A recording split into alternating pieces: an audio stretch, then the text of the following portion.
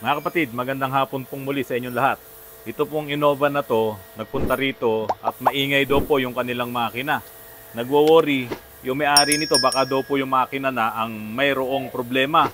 So ginamit ko tong stethoscope ko para malaman ko kung saan yung maingay. Pero dito wala akong inhale-exhale. Papaandarin lang ngayon ni Rudy yung makina. Rudy, pakita mo si Rudy. Ayan, yung ating visor dito. Para marinig natin kung ano ba yung sinasabing maingay na yon. Sige, Rudy, start mo nga. Pakinggan natin yung maingay. So ito mga kapatid, yung gamit na to, marami to sa online. Maganda meron din kayo nito para kung nagkakaroon ng problema mga sasakyan nyo, diyan pa lang sa inyo ay malalaman mo na kung may problema o wala. Yan.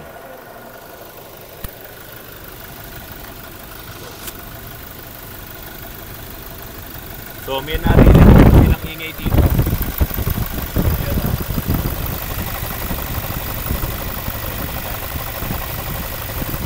Normally po sa mga diesel engine, talagang may maririnig kang ingay. Pero ito kakaiba, medyo malakas yung ingay niya. Ito pakinggan nyo po ulit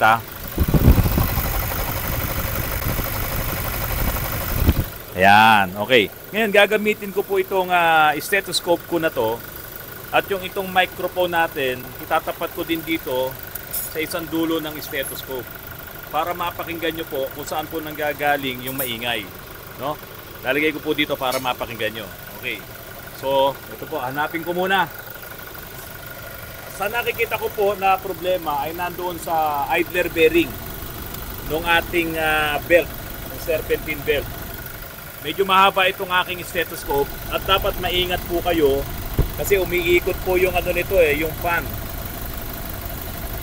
So delikado po kung tatama doon sa bearing yung ating stethoscope. So dito muna ako sa steering pump. Ayan. Paparinig ko po sa inyo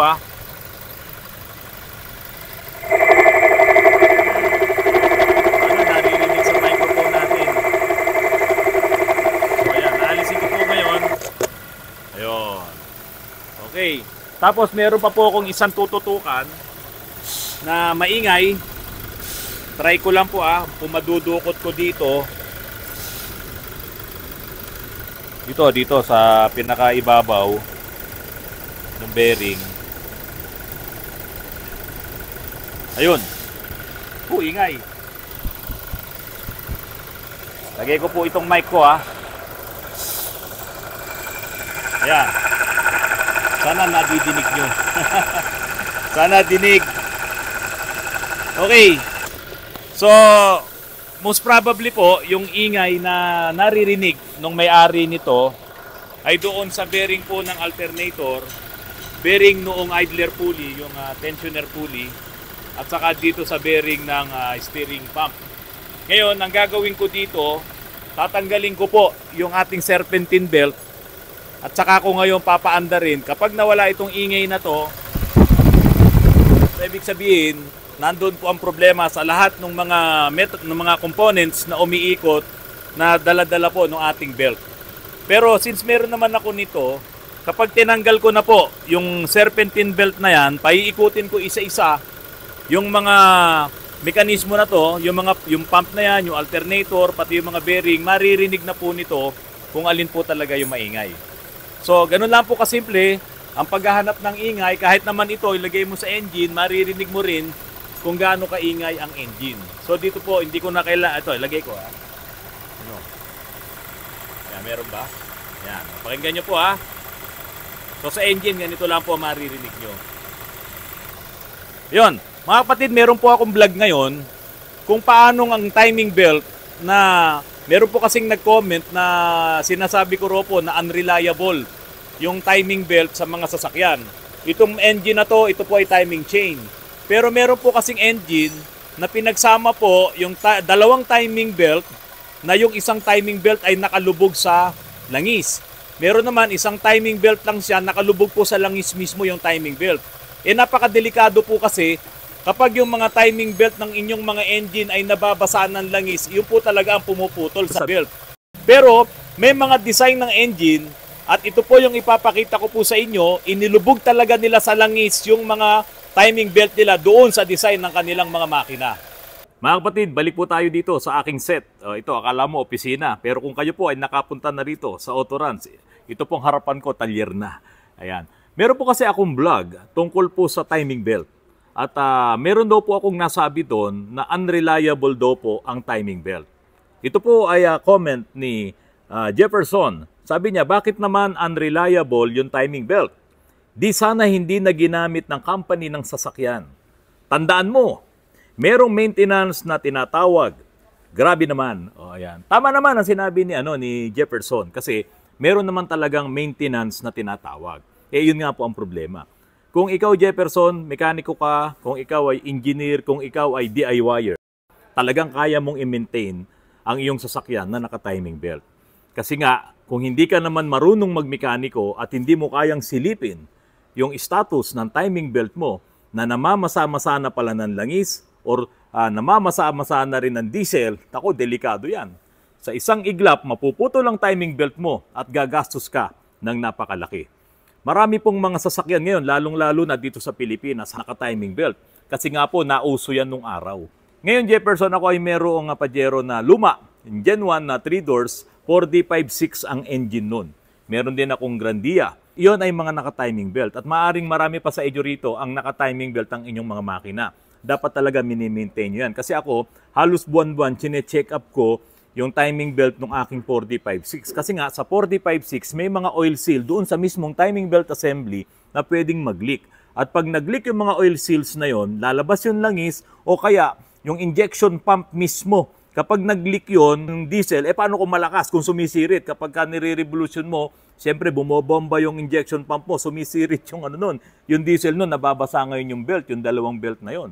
At marami na po kaming nagawa, yun po ang naging problema. Nasisira yung oil seal doon sa injection pump, nasisira yung oil seal dito sa timing belt assembly, pumupunta doon sa timing belt, yun, putol. Nako, napaka-catastrophic nang nangyayari kasi meron dyan na nababaluktot yung barbula, meron naman nabubutas yung piston, napuputol yung barbula, at talagang napakalaki ng gastos kapag ka naputulan ka ng timing belt.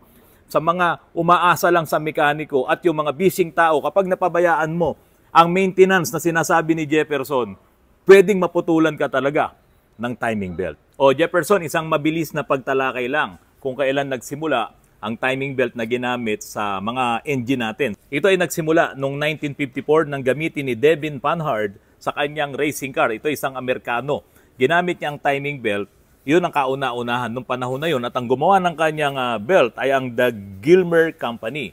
Ngayon, noong 1962, ang kauna-unahan namang nag-mass produce ng timing belt para gamitin doon sa mga ginagawa nilang sasakyan ay itong Hans Glass. So ginamit niya sa Glass 1004 na kotse nila yung timing belt at nag-mass produce sila ng maraming mga makina na ito na gumagamit nga po ng timing belt.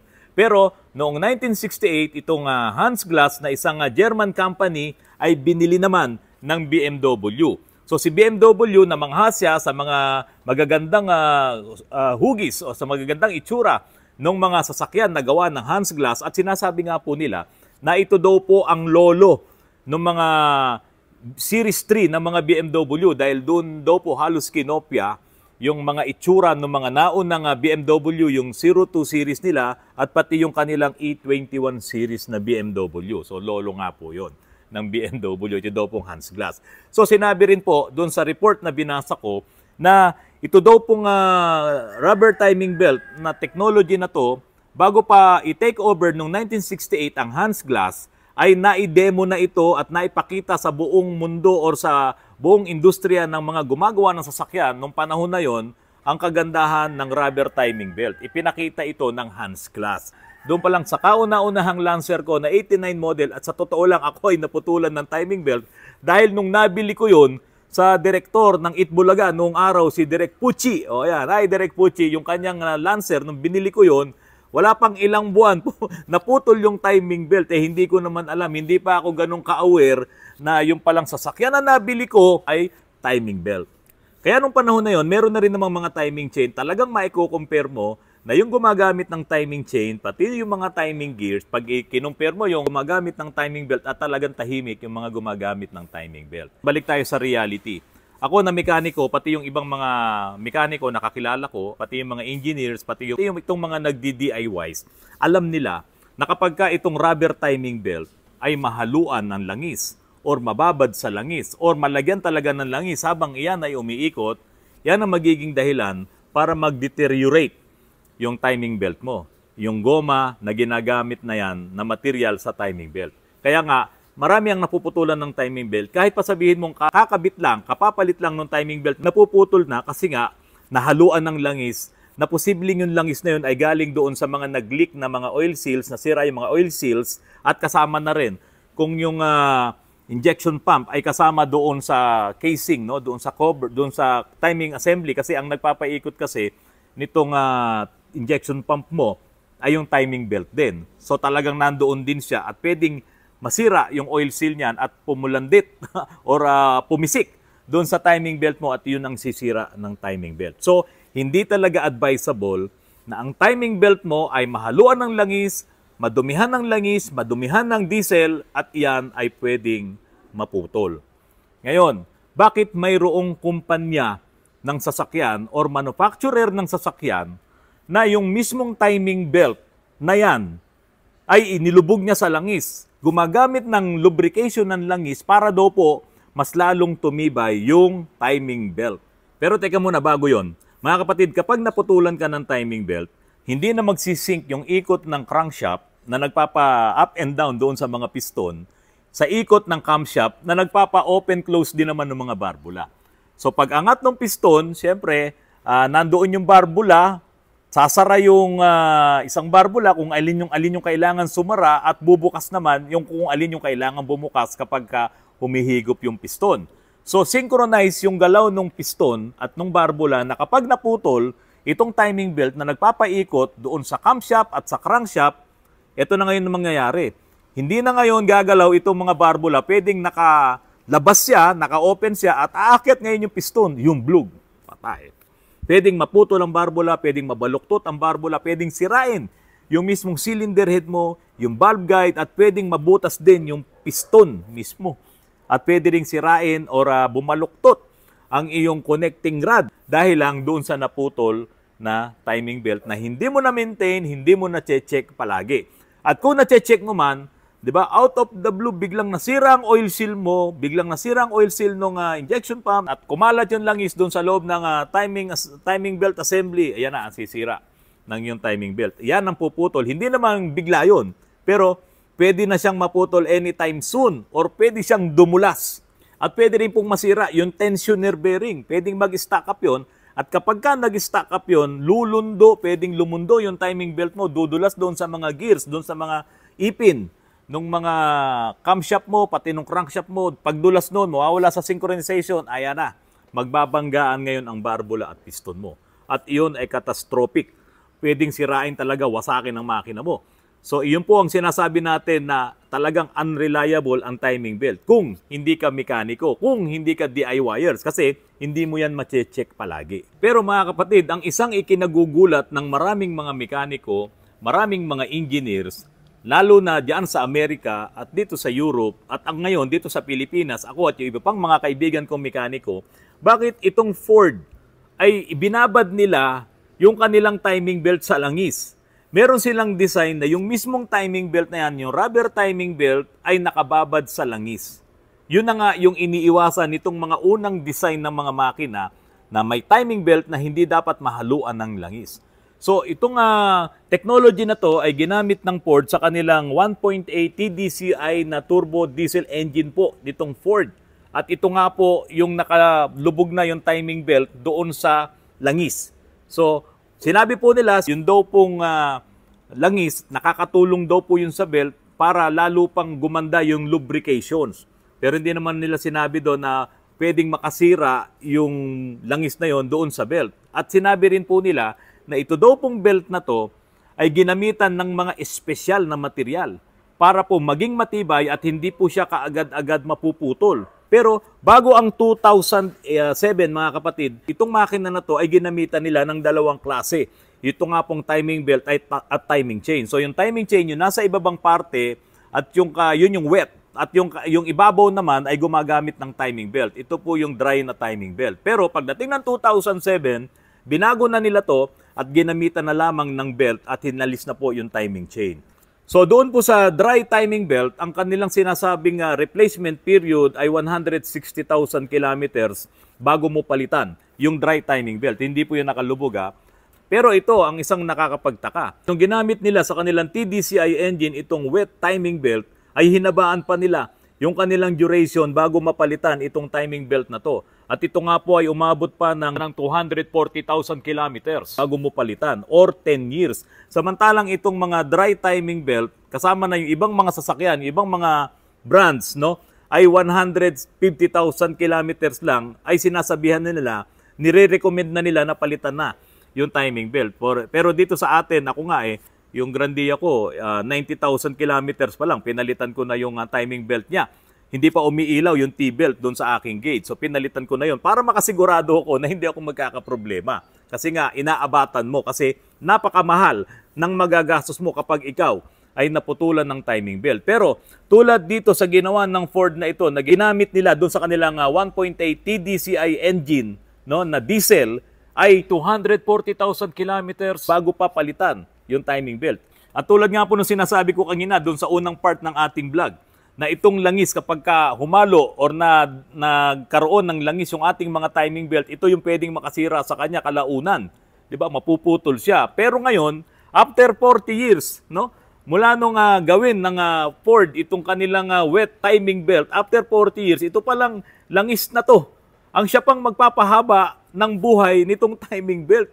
Na sa unang portion ng vlog natin ay sinasabi ko na ito yung pwedeng sumira sa iyong timing belt. So naging savior pa siya ngayon, itong ginawa ng Ford. O ano ba ang dahilan? Bakit ganun ang ginawa ng Ford? Sinabi po ng Ford na ang material na ginamit daw po dito sa belt na to ay special materials, special rubber compound, HNVR, hydrogenated nitrile butadiene rubber, na nababalutan ng PTFE na may high strength fiber at nylon. At ang benepisyo daw ng wet belt ay lalo pang tatahimik ang mga makina kumpara sa dry belt. At dahil dito, lalo pang ipinagmalaki ng Ford ang technology na ito na kanilang sinimulan. Kaya po, sinubukan muli nila itong wet timing belt sa kanilang mga bagong sasakyan, itong mga 3 cylinders na turbocharged petrol na EcoBoost at ginamit pa sa maraming mga modelo ng makina ng Ford at napabilib din nila ang ibang mga car manufacturers sa idea na ito. Kaya naman ang Renault ay hindi na nagpahuli at gumaya na rin dito sa Ford para sa kanilang 1.5 na diesel engines. At ang Volkswagen naman noong 2010 sa kanilang 1.5 DSi turbo petrol at ang Opel at ang Vauxhall at sa kanilang 1.2, 1.5 na turbocharged petrol engine. At sumama na rin ng Peugeot sa kanilang 1.2 PureTech 3-cylinder turbocharged petrol engine noong 2013. At ngayon nga pong 2024, naglabasan na po ang maraming mga reports, naglabasan na ang maraming mga reklamo na ito pong technology na wet timing belt, wet rubber timing belt ay hindi po magandang idea at hindi po ito naging matagumpay. Marami na po ang mga nasiraan, napuputulan ng timing belt at ang isa pang matindi rito dahil nga sa napupulbos at nadudurog yung belt na yan sa loob ng yung makina, humahalo yan sa langis, kasama na itong mga slugs na ito at yung dumi mismo ng makina mo, haharang ngayon yan doon sa strainer ng oil pump at kapag ka nabarahan na yung strainer ng oil pump na yun, hindi na makakabomba ng malakas na pressure yung pump na yan at hindi na malulubricate yung loob ng makina. At iyan po mismo ang sisira doon sa engine. So napakamahal po ng pag-maintain nitong mga sasakyan na ito na gumagamit ng wet timing belt. So marami yan, hindi lang naman Ford. May Volkswagen, may Opel, no? Pati Honda, meron sila yung kanilang diesel na Civic. Pero iyon ay sa ibang bansa. Hindi ko lang alam kung meron dito sa Pilipinas. So ngayon mga kapatid, ito na ang punto ko. Maraming bumibili ngayon ng mga second-hand na sasakyan. At marami din kayong makikita na mga brand ng mga nabanggit kong mga modelo kanina. Baka mamaya mga kapatid, iyan ang mabili nyo. So napakalaki po ng maintenance nitong mga sasakyan na ito dahil kailangan mong i-check palagi yung timing belt niyan. Yung rubber timing belt, kung iyan ba ay malapit na sa pagkasira, nagdi-deteriorate na siya, lumalapad na siya kasi kapag po yan ay naapektuhan na nung langis, lumalapad siya eh. So isa yun sa panukat nitong Ford, meron silang ginawang panukat yan, simple-simple, na kapag hindi na magkasya yung panukat nila doon, lumapad na yung belt. At yan ay kailangan mo ng palitan. At kailangan din nila ng espesyal na langis. Kailangan din nila nung mismong original na belt na yon. Ngayon, kung makakabili ka ngayon ng mga replacement na belt lang dahil ang nabili mong segunda mano ay itong mga binabanggit ko, naku, hindi magtatagal yan. Sabi nga ng Ford, espesyal na materials ang ginamit nila dito. Kung hindi ganoon ang mabibili mo, edi baka hindi tumagal talaga. Kahit kapapalit mo lang ng belt na yan, masisira ka agad. Ngayon, sa mga gustong bumili ng mga second hand na sasakyan, bibilin mo ba yung merong wet timing belt? Or doon ka lang sa dry timing belt? Or dito ka sa mga makina na gumagamit ng timing chain or timing gears? So, mga kapatid, baka kasi mamaya makabili ka ng sasakyan tapos naputulan ka kagad ng belt. Ang sinisi mo ngayon yung nagbenta sa'yo. Baka mamaya kaibigan mo pa. Baka mamaya pinagtitiwalaan mo pang buy and sell yun. Baka hindi rin naman alam nung nagtitinda, nitong buy and seller na to, yung kanya palang naibenta ay gumagamit ng wet timing belt. Kaya dito, minabuti ko po na talakayin to. Kasi hindi mo rin naman gugustuhin na makabili ng isang bagay, maniniglect mo kasi yung maintenance niyan. Kasi hindi mo alam na ganun pala yung nabili mong sasakyan na mahirap i-maintain ang kanyang timing belt. Kasi nga yan ay wet timing belt. At kailangan mong bilhin talaga yung mga original na timing belt na yan. At kailangan susunod ka doon sa specification ng langis na gagamitin mo. Kasi kung hindi, talagang mawawasak ang makina mo kapag naputol ang timing belt na yan. So kahit sa Europe po, kahit sa US, nagkaroon na rin sila ng maraming problema dyan. Na-recall nga po itong Ford, no? Tungkol dyan sa mga problema na yan. Ito po yung report. So sila ay na-recall at sila ang sasagot sa lahat ng gastusin ng mga sasakyan. Ito lamang po ito, no? December 23, 2023. At ito nga yung naging issue, yung wet timing belt na yan. At sagot nila lahat ng gastos. Ngayon, yung mga lumang mga wet timing belt na mga kapatid, ang kanilang rekomendasyon dito na palitan mo yan to 240,000 kilometers. Pero dahil nga sa maraming pagkakataon na nasisira na siya, mas maaga pa, so inagahan nila yon sa 140,000 kilometers. Kaso, may mga pagkakataon na wala pa sa 100,000, nasisira na, napuputol na yung belt, at humihina na yung bomba ng langis kasi nga po, nadudurog yung belt sa loob at bumabara doon sa strainer ng oil pump.